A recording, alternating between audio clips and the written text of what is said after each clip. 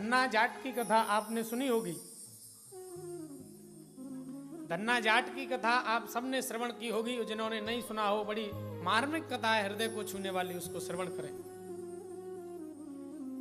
बेचारा ज्ञान नहीं था उसे, गुरुजी के आश्रम में गया,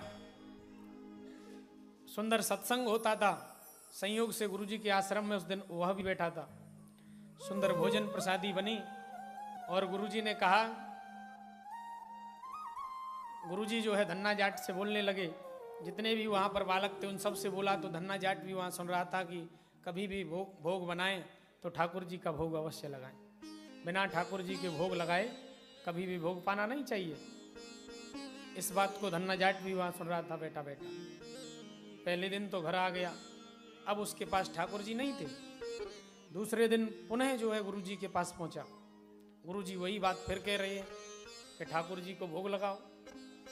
आज गुरुजी ने कहा कि नित्य ठाकुर जी को भोग लगाने के बाद ही प्रसाद पाना चाहिए।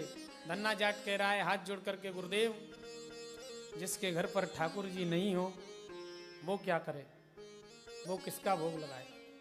या तो आज हमें आप ठाकुर जी प्रदान करो तो हम भोग लगाएंगे, और मैं भी जब तक भोजन ग्रहण नहीं करूंगा जब तक ठाकुर जी को प्राप्त नहीं कर लूंगा।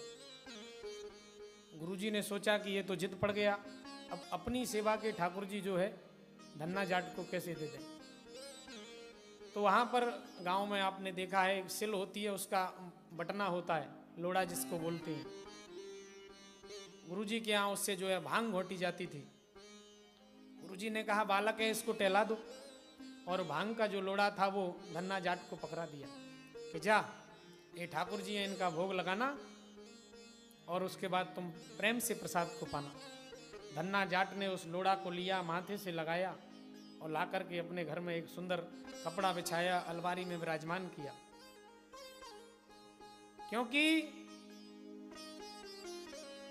हमारी दृष्टि जब बदल जाती है तो हम ईश्वर में भी पत्थर का दर्शन करते हैं।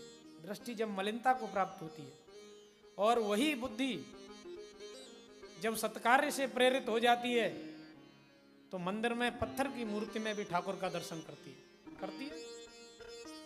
आज यही धन्ना जाट के साथ हो रहा है।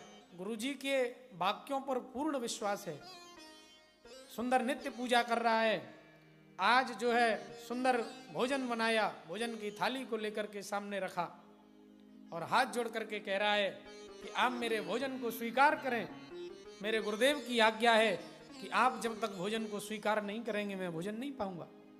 पहला दिन बीत गया, वो भोजन की थाली उनके सामने रखी थी, उसने उठा ली, उसमें से एक कौर भी भोजन कम नहीं हुआ। दूसरा दिन आया, धन्ना जाट ने आज बाजरे की रोटी बनाई, कड़ी की सब्जी बनाई और बना करके आज पुनः उस लोड़ा के सामने ठाकुर जी मान के निवेदित की, और हाथ जोड़ करके कह रहा है कि मैं अपने जीवन का प्राणांत कर लूंगा भूख के कारण। आपने यदि इस भोजन को प्राप्त नहीं किया मैं भोजन करने वाला नहीं हूं। मन ही मन यह भाव भी उसके हृदय में जागृत हो रहा है। हाथ जोड़ करके कह रहा है, अच्छा मैं अच्छी तरह जानता हूं मेरे गुरुजी के पास बहुत व्यंजन है और मेरे पास केवल ये बाजरा की रोटी है, इसीलिए तुम इस बाजरा की रोटी को, गरीब की रोटी को स्वीकार नहीं कर रहे हो। मैं आज समझ बांध करके बैठा है। आप यकीन माने मेरे राधा माधव सरकार, मेरे ठाकुर जी तुरंत वहां प्रकट हो गए और आकर के उन्हें धन्ना जाट की पीठ पर हाथ रख दिया। बोले आप रोते क्यों हो, मैं आपके इस भोजन को सहर्ष से स्वीकार कर रहा हूं। भगवान उस भोजन को खा रहे हैं। एक रोटी में से एक कौर तोड़ा धन्ना जाट ने खिला दिया, आधा तोड़ा और हाथ जोड़ करके कह रहा है कि ठाकुर आप ये क्या कर रहे हैं, मेरे खाने के लिए कुछ नहीं है, घर में अब मेरे पास आटा भी नहीं है, अब ये मैं देने वाला नहीं हूं।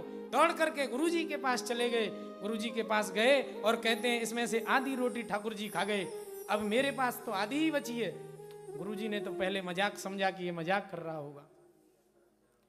गुरुजी को लेकर के बाह पकड़ के अपने घर आया, और धन्ना जाट जैसे ही लेकर के आया, धन्ना जाट को आज ठाकुर जी दिखाई दे रहे हैं और गुरुजी को ठाकुर जी का दर्शन नहीं हो रहा है।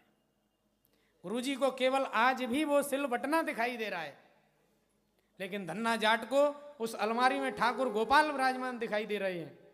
तब गुरुजी ने कहा कि क्या कह रहे हो, कहाँ है ठाकुर जी? तब हाथ जोड़ करके कहता है कि प्रभु आप क्यों नहीं दर्शन देते हैं गुरु जी को भी? तब धन्ना जाट के कहने से गुरु जी को भी दर्शन दिया। ये उनकी कृपा है।